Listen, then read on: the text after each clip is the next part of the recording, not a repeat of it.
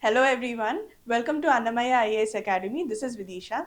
On this auspicious day of Bonalu, we have our director, Dr. Harnath Reddy sir with us. He is here to explain the strategy of General Studies 2 paper. So after Ethics and Essay, GS2 is one of the most scoring papers where toppers have scored around 135 in the previous years. So welcome sir, welcome to our Thank you, institute. Vidisha. Okay, to begin with, could you briefly introduce us about the GS2 paper? In the UPSC mains exam, as you rightly pointed out, after the General Essay and Ethics paper, it is the GS2 paper which is highly scoring. So in the past, if you see, students have scored, that is, toppers have scored more than 135 plus. So if you take General Studies paper 2, it contains 4 subjects: Indian polity and constitution, governance, social justice, and international relations. So these are the 4 subjects which are part of GS paper 2. Okay, sir. Thank you. So now that we have an idea of what subjects are there, I think it's important to understand the parameters of every subject because every subject is very broad here. So in this context, what importance does the previous year questions hold? See, whether it is the prelims exam or the mains exam, whichever is the paper, previous year's questions always have a lot of importance. Because if you want to read the mind of UPSC and if you want to expect what kind of questions can come, how they can come, unless you have a look at the previous year's questions, you cannot do that job. So when it comes to GS paper 2, a student who wants to score very high in the GS paper 2, that is trying to score up to 130 plus, he must have a thorough look first at the syllabus. So what is the syllabus given in the notification? What are the keywords in the syllabus?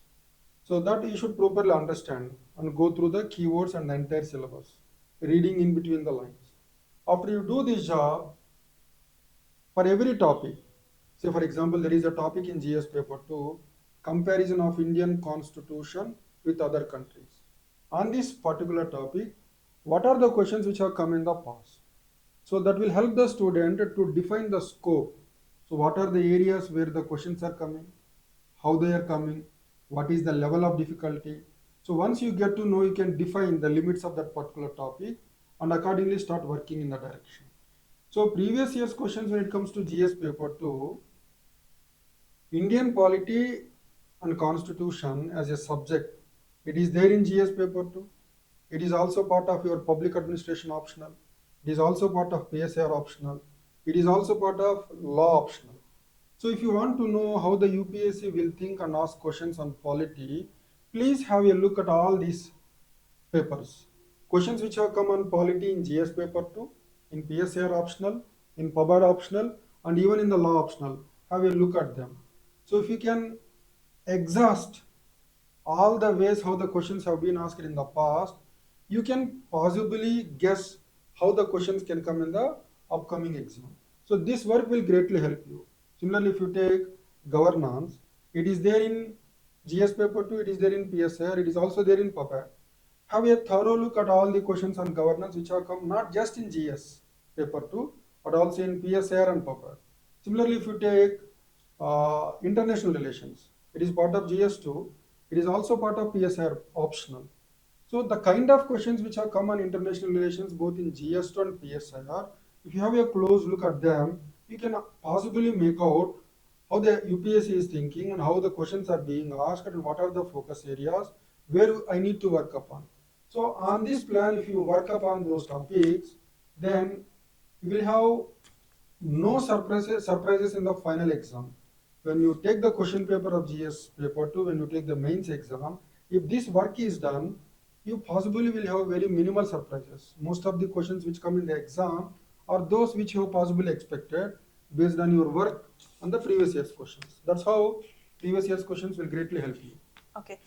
So you're talking about building an understanding of UPSC with PYQ questions. Exactly. Today, my question is today we are living in the age of artificial intelligence and generative AI.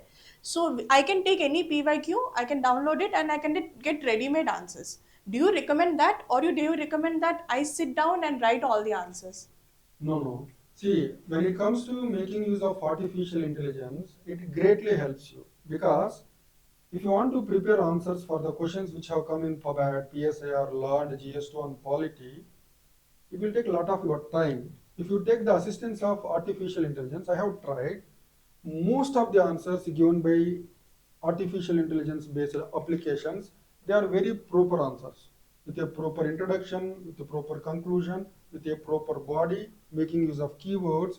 You will get, in most cases, a very relevant and useful answer.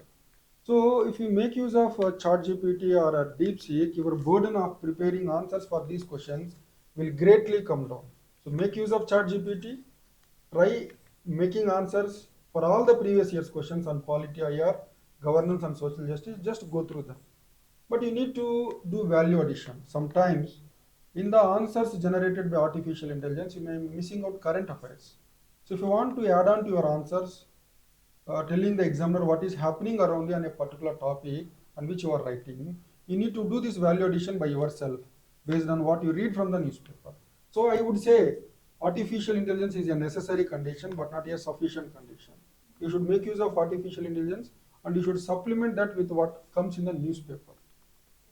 Adding to that question, sir, you said supplement it with newspaper. You know what? Most of our viewers, one of the most asked question I get is that polity, governance, international relations, they are in the news every single day. It's very hard to segregate and apply in answers.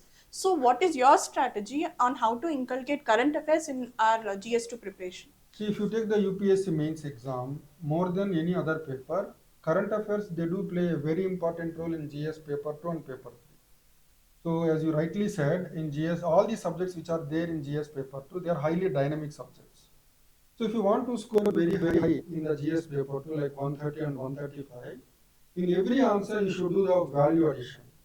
So if you are writing an answer on governor, you should try to link it to what is happening around you. For example, recently there was a judgment of the Supreme Court on Tamil Nadu governor.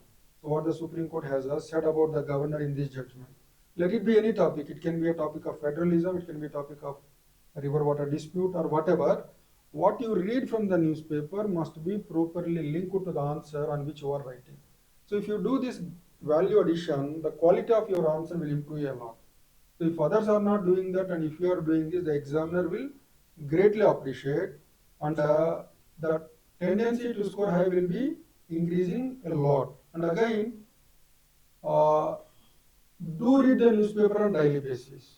And from the newspaper on the topics related to GS2, say polity, governance, justice and IR, you must write at least one or two answers for the topic which has been in the news. So here again you can take the help of ChatGPT. You can ask a ChatGPT, I want model questions on so and so topic. It will give beautiful questions. So take those model questions on the topic which has been in the news, read the editorials from the newspaper, start writing an answer. Then get it evaluated, check out for your quality of the answer, compare this with the topper's answers where you can make improvements. And if you do this over a period of time, your ability to write good answers will greatly improve. So I would say that GS paper 2 being very dynamic and linked to current affairs, unless you read the current affairs on daily basis, unless you internalize the current affairs, adding value to your answers becomes very difficult. So reading the newspapers on daily basis, linking it to the static part of both these four subjects is very, very important. Thank you, sir. I will get my answers evaluated with sir only. Now, adding to that, while well, as we watch the news, we have our favorite ministers and politicians who give excellent quotes. For example, in international relations only, our external affairs minister S. Shankar, he gives excellent quotations, but I don't know how to use them properly in my answers. So, if you can help us, See, coming to your question is something like this, or as far as quotations. I understand. So, what is the importance of Hmm. quotations given by great people? Hmm. Can they be made part of the answer to score high? See, as I said, even in the earlier occasions, making use of quotations will greatly improve your scores. Not just in the general essay paper, not just in the ethics paper, every paper in the mains exam, including your optional. Because when you use relevant quotations by great people as part of your answer, you are trying to reinforce what you are trying to tell to the examiner. Hmm. Especially when you write answers on Indian polity, You can bring quotations given by people like Dr. B.R. Ambedkar. This man says, democracy, to give an example, democracy in India is a top dressing on a society which is essentially undemocratic. He also says, in India, political democracy cannot survive for long without having economic democracy at the base. And again, if you see the Constituent Assembly debates, so several members of the Constituent Assembly, what they have expressed on different ideas of Constitution, they are available in the Constituent Assembly debates books. So you can carefully pick the statements made by great members of the Constituent Assembly, and they can be made as part of your answer for the entire Indian polity and constitution. But that this needs some effort. You should go through the debates in the Constituent Assembly. If it is a topic of governor, president, federalism, center-state relations, whatever, what are the thoughts of the members of the Constituent Assembly? What views they have expressed in the Constituent Assembly debates. So these views can be used in the form of statements in every answer wherever it is relevant. This is easier said than done. So you should work on collecting the statements by constitutional members of the assembly, members of the Constituent Assembly. Their statements we need to pick topic wise. Try to use them 2 or 3 statements in every answer. That will greatly improve your scores. Most of the students are not doing this. Unless you plan and prepare for this, you can't do this. So say similarly, not just a polity, even polity, when it comes to polity, you can borrow the statements of the members of the Constituent Assembly from the Constituent Assembly debates. Even when it comes to governance and social justice, you can collect important